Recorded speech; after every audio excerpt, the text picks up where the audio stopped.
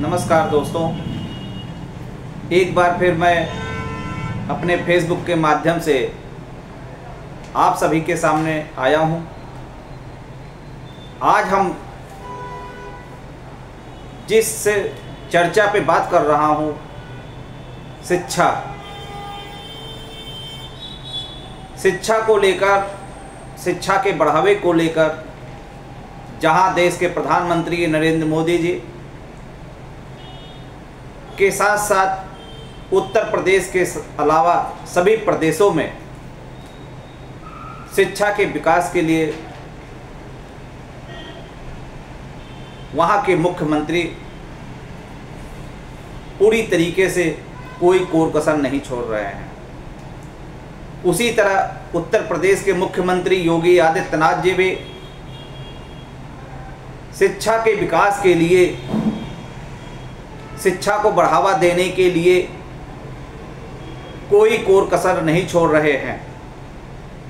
उन्होंने स्पष्ट रूप से शिक्षा मंत्री के साथ साथ शिक्षा विभाग के आला अधिकारियों को सख्त निर्देश दिए हैं कि जहां एक तरफ अति महत्वाकांक्षी योजना जो कि केंद्र सरकार द्वारा चलाई जा रही है, बेटी बचाओ बेटी पढ़ाओ, में बेटियों को पढ़ाया जाए, वहीं बालकों को भी शिक्षा में अधिक से अधिक जोड़ा जाए।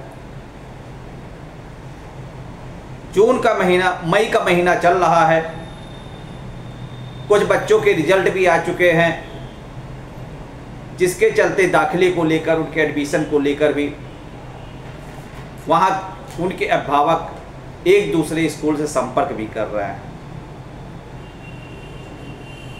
हम बात कर रहे हैं रामनगरी में शिक्षा भवन की। शिक्षा भवन के परिसर में ही 3 कार्यालय है।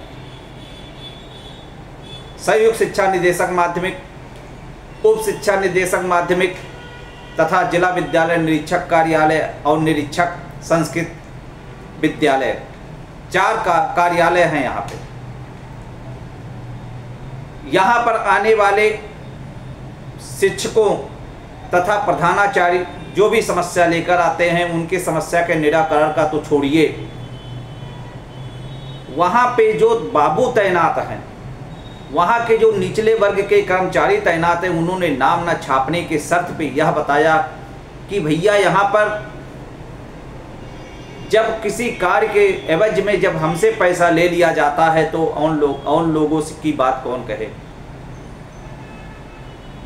मैं बात कर रहा हूँ जिला विद्यालय निरीक्षक कार्यालय में तैनात कई ऐसे पटल हैं जहाँ पर बाबू 10 साल से जमे हुए हैं।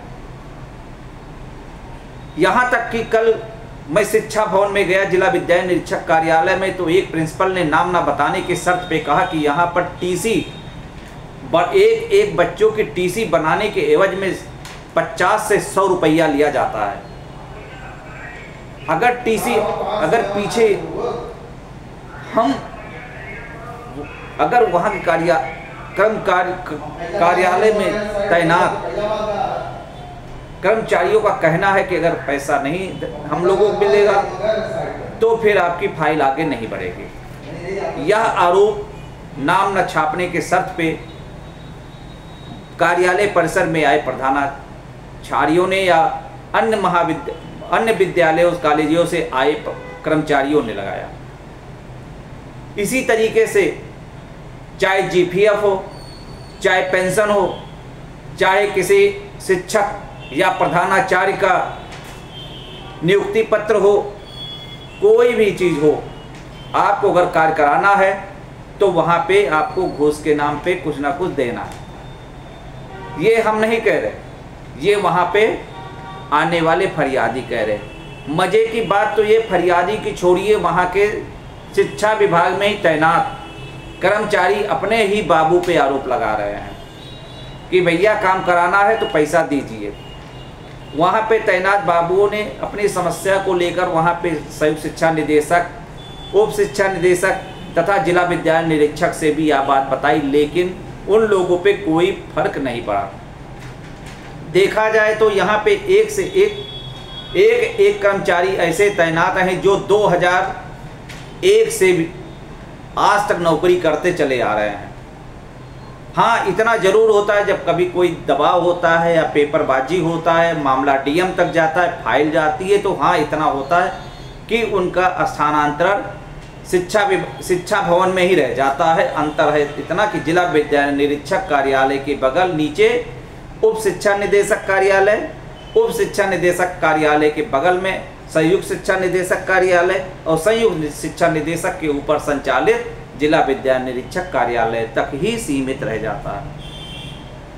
इन सब के जिसके चलते यहाँ पर जिला विद्यालय निरीक्षक कार्यालय के बाबू हों या फिर उप शिक्षा निदेशक के हों या संयुक्त शिक्षा निदेशक के हों, इन सब के प्रताड़ना के शिकार का होना जिले के शिक्षकों का, प्रधानाचार्यों का होना बताया जा रहा है।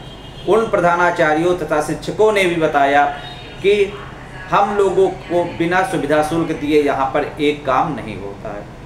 आपको मालूम हो, बताते चले यहीं पर ही एक से एक कर्मचारी हैं कि जो कि 2001 छोड़िए 1999 से पहले के कर्मचारी हैं। ऐसा लगता है फैजाबाद ज़िले में ही रहकर उनका रिटायरमेंट भी हो जाएगा। नाम नहीं लेना चाहता हूँ।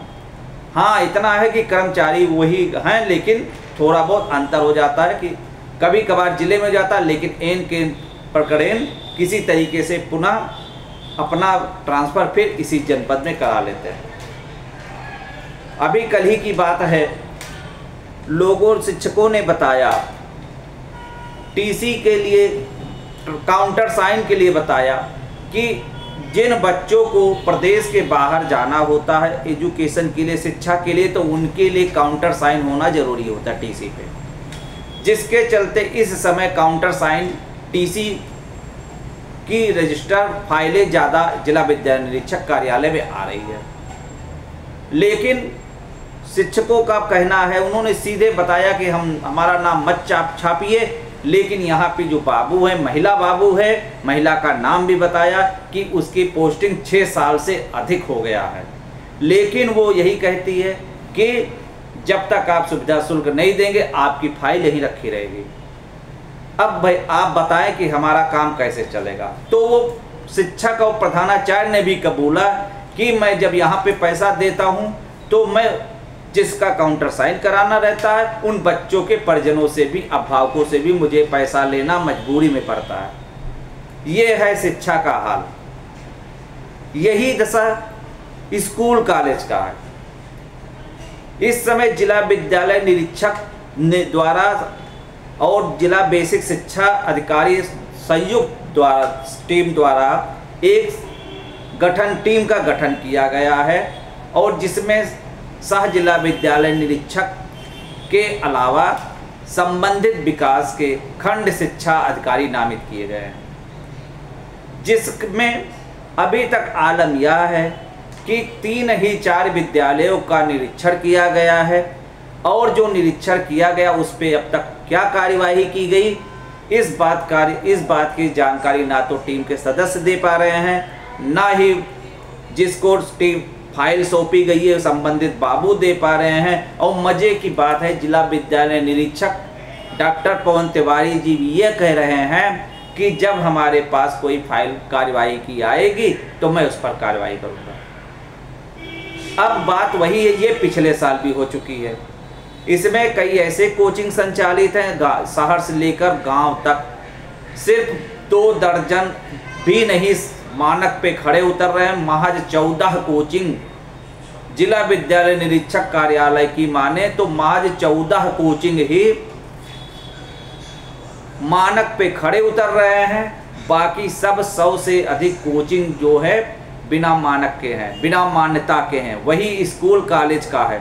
स्कूल का भी अगर मान्यता है आपका कक्षा 5 तक है, तो अगर सही रूप से यहाँ के टीम के सदस्य जाएं तो वहाँ पे टाइम पाएंगे कि जो है कक्षा 5 के बावजूद इंटर तक के बच्चे पढ़ रहे हैं। ये हम नहीं कह रहे हैं, यहाँ के हमारे जो मिलने वाले हैं अभिभावक घर कह रहे हैं कि हमारा बच्चा वहाँ पढ़ता है, और जबकि देखा जाए तो वहाँ पे मान्यता 5 तक है। अब आप तय करिए, जब मान्यता 5 तक है तो उनका बच्चा 11th में 9th में कैसे पढ़ रहा है।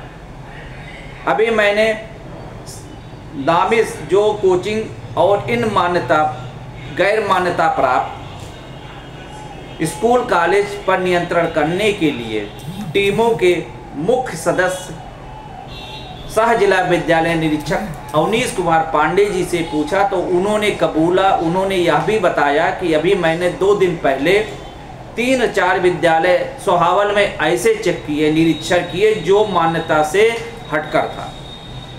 कक्षा 5 तक था, लेकिन वो 12 बजे के बाद खुले हुए थे।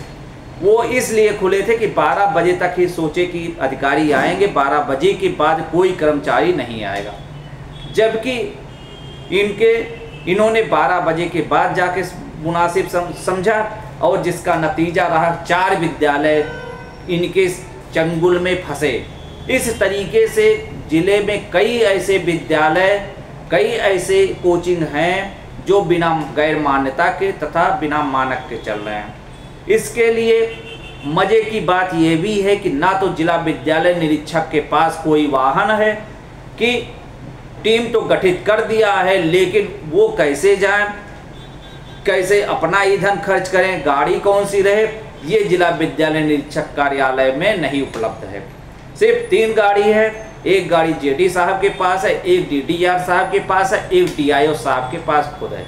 अब आप खुद ही अंदाज़ा लगाइए कि अगर टीमें तो इन्होंने गठित कर दिया है सह जिला विद्यालय निरीक्षक नेतृत्व में और बाकी टीमें, अब वो टीमें कैसे जाएं, किस तरीके से जाए, ये एक यक्ष प्रश्न बना हुआ है।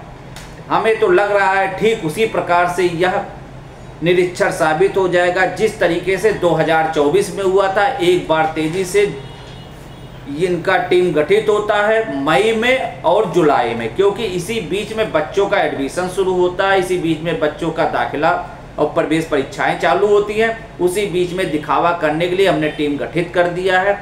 और जबकि वही 14 कोचिंग पिछले साल भी था मानक के अनुसार, और वही 14 कोचिंग आज भी है। अब आप सोशल मीडिया से मेरे जुड़े हुए, मैं सिर्फ आपको इतना बताना चाहता हूं कि अयोध्या रामनगरी में शिक्षा की व्यवस्था कैसा है, किस तरीके का यहाँ का गिरता हुआ स्तर है, कैसे रोक लगाई जाए, ये हम नहीं, ये आप ही लोग अपने कमेंट में बता सकते हैं। मैं राजेश श्रीवास्तव, रामनगरी से।